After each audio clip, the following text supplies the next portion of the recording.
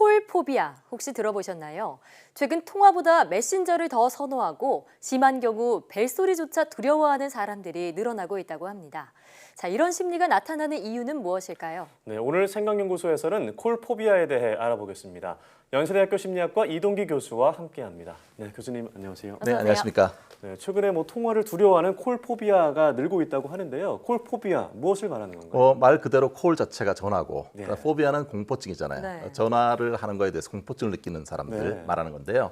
사실 단순하게 전화를 기피하는 것뿐만 아니라 전화 자체가 걸려왔을 때 또는 전화를 뭔가 예상했을 때 이럴 때 심하게 긴장을 하는 거예요. 불안 증상이 네. 많이 올라가게 되는 거죠.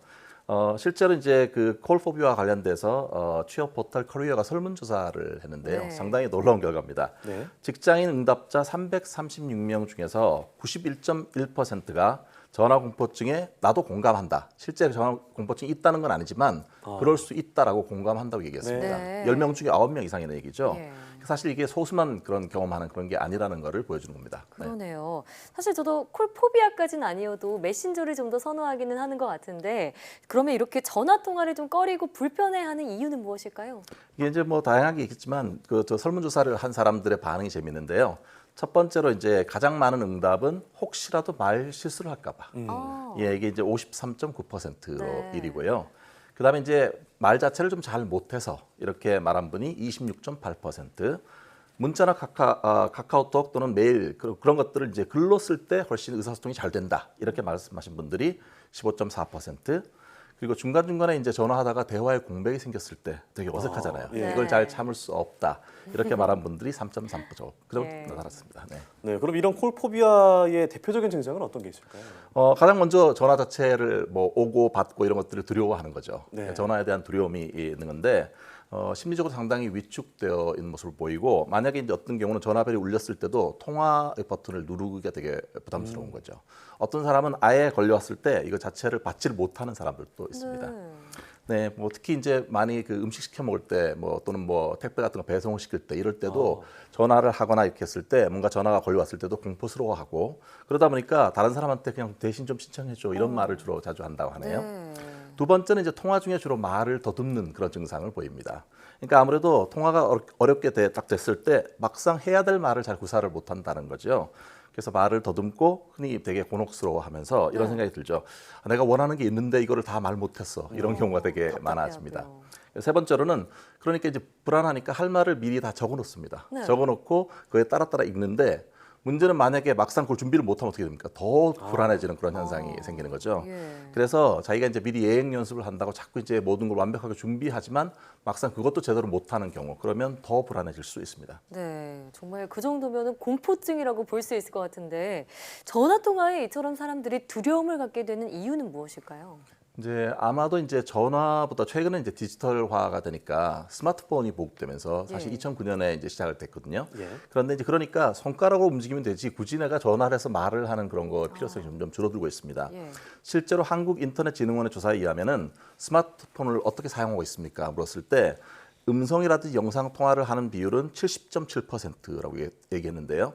실제 채팅이라든지 메신저를 이용하는 사람들은 79.4%. 그러니까 훨씬 더 메신저나 이런 걸 더 많이 한다는 얘기죠. 스마트폰으로. 그러니까 직접 대면에서 상호작용하는 것이 점점 줄어들기 때문에 이렇게 콜포비아가 생긴다고 보는 건데요. 미국의 온라인 상담 치료센터 조이어블러의 CEO가 있는데요. 질 아이셴슈타트라고 하는 사람이 이렇게 얘기를 했다고 합니다. 인터뷰에서. 콜포비아는 상호작용에 대한 두려움 때문에 발생합니다. 네. 메시지는 생각하면서 답장을 보낼 수 있는데 전화는 생각할 틈이 없이 곧바로 반응을 해야 되기 때문에 예. 훨씬 더 힘들어하는 것이죠. 그렇군요. 네, 사실 이제 또 어떤 사람들이 이렇게 얘기합니다.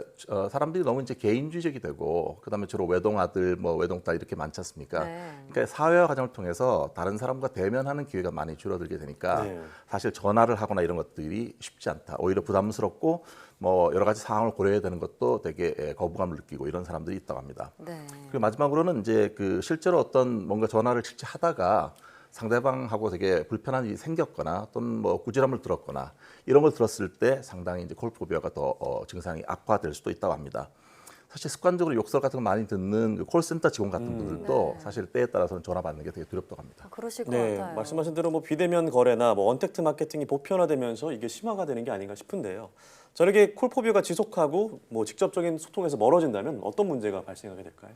아무래도 지속된 불안 증상 자체가 올라가겠죠. 올라가는데 불안한 대상이 나중에는 전화뿐만 아니라 이게 광범위해질 수가 있습니다. 그러니까 뭐 전화뿐만 아니라 일상생활이나 과제를 할 때도 불안해지고 그다음에 그러면 자신감이 이제 떨어지게 되고 그러니까 사람의 어떤 사람도 좀 더 위축되니까 대인 기피증 같은 게 나타날 수도 예. 있습니다. 집중력이 떨어지고 또 전화에 대한 불안감 또 아까 그렇게 말했어야 되는데 일종 후회감 이런 것들도 많이 보고가 되고 있습니다.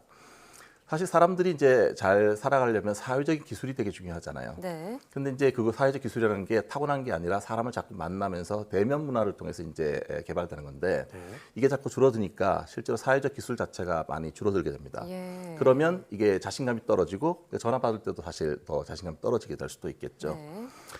특히 이제 콜센터 근무자 같은 경우에는 실제로 콜포비아를 호소하는 경우가 상당히 있는데 만약에 제때 치료를 못하면 일부에 따라서 극단적인 선택을 하는 그런 사례도 보고되고 있어서 주의를 요하고 있습니다. 네, 사회적 기술이 부족해질 수 있다 말씀하셨는데 그러면 이런 콜포비아 예방할 수 있는 방법은 어떻게 될까요?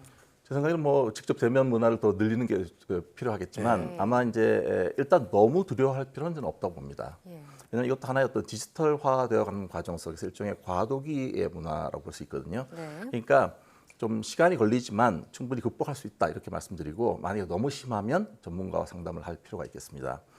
그다음에 이제 또 하나는 이게 이제 전화 자체에 대한 면역력이 생기려면 전화를 자꾸 해봐야 되는 거잖아요. 네. 그러니까 처음에는 가까운 가족이나 지인들하고 전화를 좀 하고 점차 좀 이제 어색함을 없어지면 네. 조금 다음 사람 이렇게 일종의 심리적으로 안정감을 느끼는 상대가 먼저 전화를 하는 거가 도움이 되고요. 마지막으로는 가끔 디톡스 일종의 그 디지털 디톡스를 하는 겁니다.